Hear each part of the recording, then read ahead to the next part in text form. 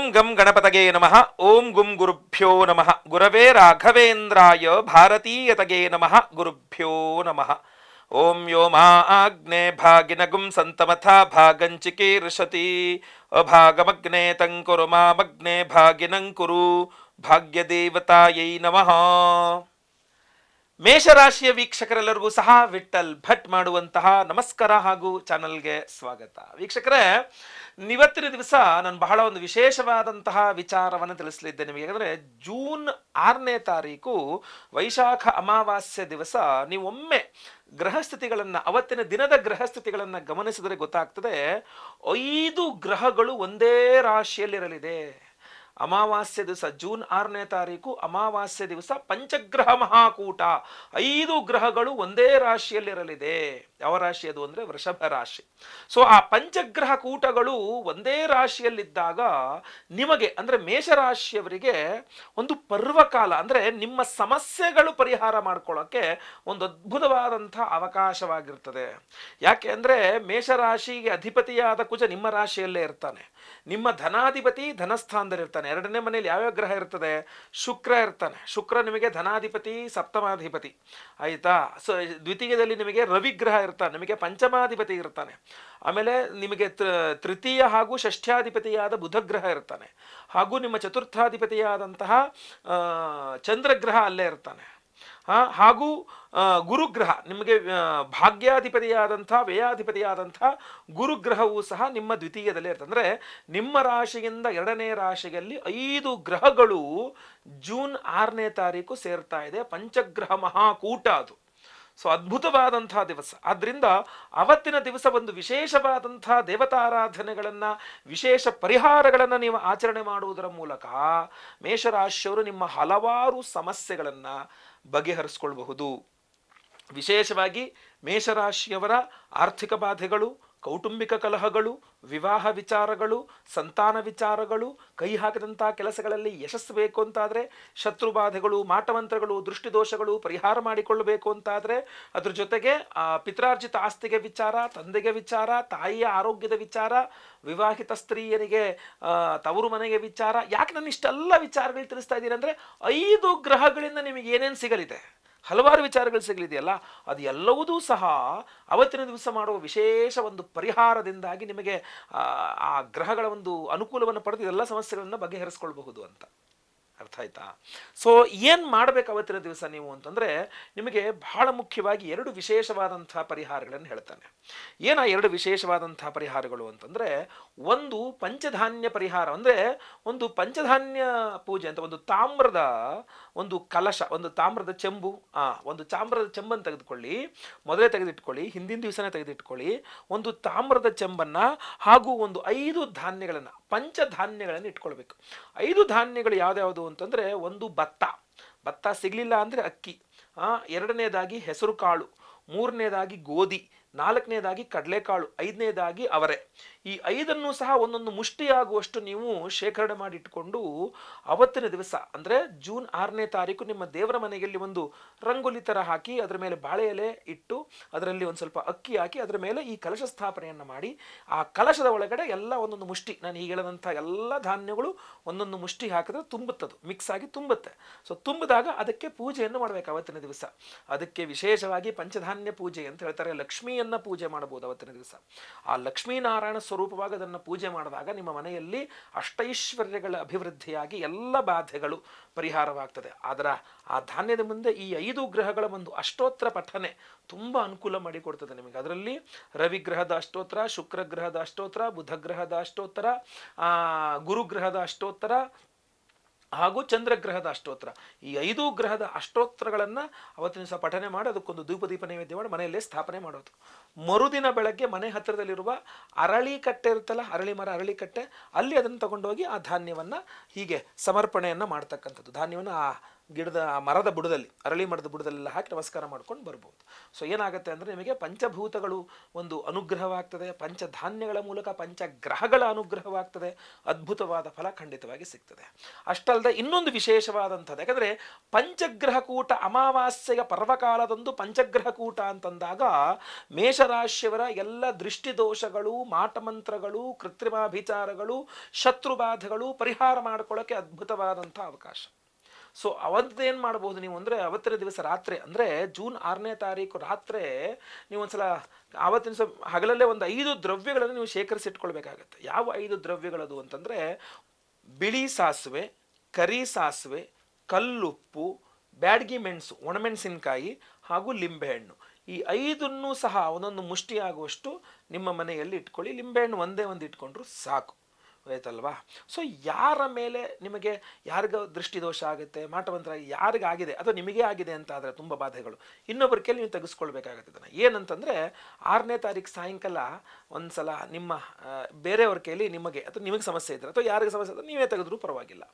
ಏನಂತಂದರೆ ಈ 4 ದ್ರವ್ಯಗಳು, ಬಿಳಿ ಸಾಸಿವೆ, ಕರಿ ಸಾಸಿವೆ, ಕಲ್ಲುಪ್ಪು ಹಾಗೂ ಒಣಮೆಣಸು, ಇದನ್ನಷ್ಟು ಹಿಡ್ಕೊಂಡು ನೀವು ಒಂದು 3 ಬಾರಿ ನಿವಾಳಿಸಿ, ತಲೆಗೆ ನಿವಾಳಿಸ್ಕೊಂಡು ಅದನ್ನು ಬೆಂಕಿಗೆ ಹಾಕ್ತಕ್ಕಂಥದ್ದು. ಒಂದು ಕಾಯಿ ಸಿಪ್ಪೆ ಇತ್ಯಾದಿ ಬೆಂಕಿ ಹಚ್ಚಿಟ್ಕೊಳ್ಬೇಕು.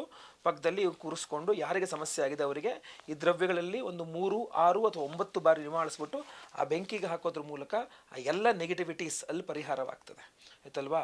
ಆ ಕಪ್ಪು ಅಂದರೆ ಸುಟ್ಟ ಮೇಲೆ ಚಟ ಅಂತ ಸುಟ್ಟೋಗುತ್ತಲ್ಲ, ಆ ಸುಟ್ಟ ಕಪ್ಪನ್ನು ಅಂಗಾಲಿಗೆ, ಅಂಗೈಗೆ ಹಾಗೂ ಈ ಬಲಗಡೆ ಹುಬ್ಬು ಮೇಲೆ ಖಂಡಿತವಾಗಿ ಅದನ್ನು ಹಚ್ಕೊಳ್ಬೋದು, ಆ ಕಪ್ಪನ್ನು, ಆಯ್ತಲ್ವ? ಆಮೇಲೆ ಕೈ ಕಾಲು ತೊಳ್ಕೊಂಡು ಆಮೇಲೆ ಮನೆ ಒಳಗಡೆ ಹೋಗ್ತಕ್ಕಂಥದ್ದು, ಇದನ್ನು ಅದ್ಭುತವಾಗಿ ಮಾಡಬಹುದು. ಇದ್ರ ಜೊತೆಗೆ ಇನ್ನೂ ಸಿಂಪಲ್ ಆಗಿ ಈ ಮಕ್ಕಳೆಲ್ಲರೂ ತುಂಬ ಹಠ ಮಾಡ್ತಿದ್ದಾರೆ ಅಂದರೆ, ಜೂನ್ 6ನೇ ತಾರೀಕು ನೆನ್ಪಿಟ್ಕೊಂಡು ಆ ಮಕ್ಕಳಿಗೆ ಒಂದು ಕೆಂಪು ನೀರು ಅಂತ ಕುಂಕುಮದ ನೀರನ್ನು ಮಾಡಿ ಒಂದು ಬಟ್ಲಲ್ಲಿ ಹಾಕ್ಕೊಂಡು ಅವರಿಗೆ ಆರತಿ ಥರ ಮಾಡಿ ಅದನ್ನು ಒಂದು 3 ಕೆಂಪು ಹೂಗಳು ಹಾಕ್ಕೋಬೇಕು. ಅದಕ್ಕೆ ಅವರಿಗೆ ಆರತಿ ಥರ ಅವ್ರಿಗೆ ಆರತಿ ಮಾಡಿ, ಆ ಕೆಂಪು ನೀರಲ್ಲಿ ಆರತಿ ಮಾಡಿ ಮನೆ ಹೊರಗಡೆ ತೊಗೊಂಡೋಗಿ ಹಿಂಗೆ ಅಡ್ಡ ಚೆಲ್ಲಿಬಿಟ್ರೆ ಆಯಿತು. ಆ ಹಠ ಮಾಡ್ತಕ್ಕಂಥದ್ದು ಬಿಡ್ತಾರೆ. ಮಕ್ಕಳು ಊಟ ಮಾಡ್ತಾ ಇಲ್ಲ ಅಂತಂದರೆ ಆವತ್ತಿನ ದಿವಸ ಅನ್ನವನ್ನು ಒಂದು ಮುಷ್ಟಿಯಷ್ಟು ಅನ್ನವನ್ನು ಅವ್ರಿಗೆ ನಿವಾಳಿಸ್ಬಿಟ್ಟು ತೊಗೊಂಡೋಗಿ ಹೊರಗಡೆ ಹಾಕಿದ್ರು ಕೂಡ ನಂತರ ಅವ್ರು ಊಟ ಮಾಡಲಿಕ್ಕೆ ಶುರು ಮಾಡ್ತಾರೆ. ಹೀಗೆ ಈ ಥರದೆಲ್ಲ ಪರಿಹಾರಗಳನ್ನು ಜೂನ್ 6ನೇ ತಾರೀಕು ನೀವು ಮಾಡ್ಕೊಳ್ಳೋದ್ರಿಂದ ತುಂಬ ವಿಶೇಷವಾದಂಥ ಇದಾಗುತ್ತೆ. ಇನ್ನೂ ಒಂದು ಬಹಳ ಪವರ್ಫುಲ್ ಆಗಿರತಕ್ಕಂಥ ಪರಿಹಾರ, ಯಾಕೆಂದರೆ ನಿಮ್ಮ ಎಲ್ಲ ಗ್ರಹಸ್ಥಿತಿಗಳನ್ನೇ ಇದು ಮಾಡಿ ಸಮಸ್ಯೆ ಇರತಕ್ಕಂಥ ನಿಮ್ಮ ಎಲ್ಲ ಸಮಸ್ಯೆ ಇರುವ ಗ್ರಹಸ್ಥಿತಿಗಳನ್ನು ಪರಿಹಾರ ಮಾಡಿಕೊಳ್ತಕ್ಕಂಥದ್ದು ಅದ್ಭುತವಾದ ಅವಕಾಶ. ಆ ವಿಶೇಷವಾದಂಥ ಪರಿಹಾರ ಏನಪ್ಪ ಅಂತಂದರೆ, 3ನೇಯ ಅದ್ಭುತವಾದಂತಹ ಪರಿಹಾರ, ಇದು ನೀವು ಮಾಡ್ತಕ್ಕಂಥದ್ದಲ್ಲ, ನಾನು ಮಾಡ್ತಕ್ಕಂಥದ್ದು, ನಾವು ಮಾಡ್ತಾ ಇರ್ತಕ್ಕಂಥದ್ದು. ಯಾಕೆ ಅಂದರೆ ನಾನು ಆಗಲೇ ಹೇಳಿದಲ್ಲ ನಿಮಗೆ, ಇದು ಗ್ರಹಣದ ಸಮಯ ಥರ, ಗ್ರಹಣ ಥರ ಬಹಳ ಅಪರೂಪಕ್ಕೆ ಬರ್ತಕ್ಕಂಥ ಒಂದು ಸುಯೋಗ. ಪಂಚಗ್ರಹ ಮಹಾಕೂಟ ಅಂತಂದ್ರೆ 5 ಗ್ರಹಗಳು ಒಂದೇ ರಾಶಿಯಲ್ಲಿರ್ತದೆ, ಅದರಲ್ಲಿ ಒಂದು ಸ್ವಸ್ಥಾನ, ಒಂದು ಪರಮೋಚ್ಚ ಸ್ಥಿತಿಯಲ್ಲಿದೆ ಅಂತಂದಾಗ ಇಂಥ ಅದ್ಭುತವಾದಂಥ ಅವಕಾಶ ಮತ್ತೆ ಮತ್ತೆ ಬರಲ್ಲ. ಸೊ ಬಂದಾಗ ನಾವು ಅದನ್ನು ಬಳಸ್ಕೊಂಬಿಡ್ಬೇಕು. ಸೊ ಅವತ್ತಿನ ದಿವಸ ನಿಮ್ಮೆಲ್ಲರ ಈ ದೃಷ್ಟಿದೋಷ, ಮಾಟಮಂತ್ರ, ಶತ್ರುಬಾಧೆ ಇದೆಲ್ಲ ಪರಿಹಾರವಾಗಬೇಕು ಅನ್ನುವ ಕಾರಣದಿಂದಲೇ ನಮ್ಮ ಯಾಗಶಾಲೆಯಲ್ಲಿ ಬಹಳ ವಿಶೇಷವಾಗಿ ಕುದೃಷ್ಟಿ ಪರಿಹಾರ ಹೋಮ ಅಂತ ಒಂದು ವಿಶೇಷವಾದಂಥ ಹೋಮವನ್ನು ಮಾಡ್ತಾ ಇದ್ದೇವೆ. ಅದು ಸೂಕ್ಷ್ಮವಾದಂಥ ಸಮಯ. 6ನೇ ತಾರೀಕು ಬಹಳ ಸೂಕ್ಷ್ಮವಾದಂಥ ಸಮಯ. ಅವತ್ತಿನ ದಿವಸ ನಿಮ್ಮ ಶರೀರ ಏನಿದೆಯಲ್ಲ, ನಿಮ್ಮ ಶರೀರದ ಸೂಕ್ಷ್ಮ ಶರೀರ ಅಂತ ಇರುತ್ತೆ. ಈ ಬಾಡಿ ಮೇಲೆ ಮತ್ತೆ ಪುನಃ ಇನ್ನೂ ಸೂಕ್ಷ್ಮ ಶರೀರ ಇರುತ್ತೆ, ಆರಾ ಅಂತ ಕರೀತಾರೆ ಇಂಗ್ಲೀಷಲ್ಲಿ. ಸೊ ಅದೆಲ್ಲ ಫುಲ್ ಆ್ಯಕ್ಟಿವೇಟ್ ಆಗ್ತಕ್ಕಂಥ ಬಹಳ ಅದ್ಭುತವಾದಂಥ ಸಮಯ. ನಿಮ್ಮ ಏನು ನೆಗೆಟಿವ್ ಇದ್ರೂ ತೆಗೆದು ಬಿಡ್ಬೋದು, ಏನು ದೃಷ್ಟಿ ದೋಷ ಏನಿದ್ರು ಕೂಡ ಅದನ್ನು ತೆಗೆದು ಬಿಡ್ಬೋದು, ಆಯಿತಾ? ಸೊ ಅದು ಬಹಳ ಪವರ್ಫುಲ್ ಆಗಿದ್ದರಿಂದಾಗಿ ಅವತ್ತಿನ ದಿವಸವೇ ಕುದೃಷ್ಟಿ ಪರಿಹಾರ ಹೋಮವನ್ನು ಮಾಡ್ತಾ ಇದ್ದೇವೆ. ಸ್ವಪ್ನೇಶ್ವರಿ ಹೋಮ ಅಂತ ಒಂದು ವಿಶೇಷವಾದಂಥ ಹೋಮವನ್ನು ಮಾಡ್ತಾ ಇದ್ದೇವೆ. ಎಲ್ಲ ಈ ಕೆಟ್ಟ ಕನಸು ಬೀಳೋದು, ಬೆಚ್ಚಿ ಬೀಳತಕ್ಕಂಥದ್ದು, ಏನೋ ನಿಮಗೆ ಈ ಬೆವರು ನಗದೋಗ್ದು ಯಾರೋ ಕುದಿಗೆ ಚಿಕ್ಕದಂಗೆ ಆಗ್ತಿದೆ ಗುರುಳೆ ರಾತ್ರಿ ಮಲ್ಕೊಂಡಂಗೆ ಅಂತೆಲ್ಲ ಬಹಳಷ್ಟು ಜನ ಹೇಳ್ತಾ ಇರ್ತಾರೆ. ಸೊ ಅಂಥದ್ದು ಏನೇ ಸಮಸ್ಯೆಗಳಿದ್ರೂ ಸಹ ಪರಿಹಾರವಾಗಬೇಕು. ಕೆಟ್ಟ ಕನಸುಗಳು ಪರಿಹಾರವಾಗಿ ಒಳ್ಳೊಳ್ಳೆ ಕನಸುಗಳು ನಿಮಗೆ ಸತ್ಯವಾಗಬೇಕು. ನಿಮಗೆ ಆ ಥರ ಸ್ವಪ್ನೇಶ್ವರಿ ಹೋಮ ಅಂತ ಪ್ರಪ್ರಥಮ ಬಾರಿ ನಮ್ಮ ಯಾಗಶಾಲೆ ಮಾಡ್ತಾ ಇದ್ದೀವಿ. ಸ್ವಪ್ನೇಶ್ವರಿ ಹೋಮವನ್ನು ಬಹಳ ಪವರ್ಫುಲ್ ಆಗಿರತಕ್ಕಂಥ ಹೋಮ ಅದು. ಸೊ ಅದನ್ನು ಮಾಡ್ತಾ ಇದ್ದೇವೆ.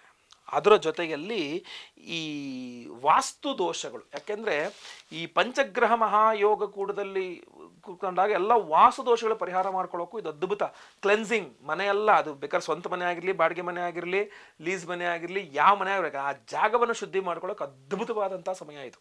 ಸೊ ಅದರಿಂದ ಮಹಾ ವಾಸ್ತು ಶಾಂತಿ ಹೋಮವನ್ನು ಮಾಡ್ತಾ ಇದ್ದೇವೆ. ಆಮೇಲೆ ಈ ಪಂಚಗ್ರಹಗಳಿದಾವಲ್ಲ, 5 ಗ್ರಹಗಳಿದಾರಲ್ಲ, ಆ 5 ಗ್ರಹಗಳಿಗೂ ಹೋಮವನ್ನು ಮಾಡ್ತಾ ಇದ್ದೇವೆ. ಹಾಗೂ ಅವಿವಾಹಿತರಿಗೆ ವಿವಾಹ ಸಿದ್ಧಿ ಆಗಬೇಕು, ವಿವಾಹಿತರಿಗೆ ಅನ್ಯೋನ್ಯ ಸುಖ ದಾಂಪತ್ಯ ಜೀವನ ಸಿಗಬೇಕು ಅಂತ ಸ್ವಯಂವರ ಪಾರ್ವತಿ ಹೋಮವನ್ನು ಮಾಡ್ತಾ ಇದ್ದೇವೆ.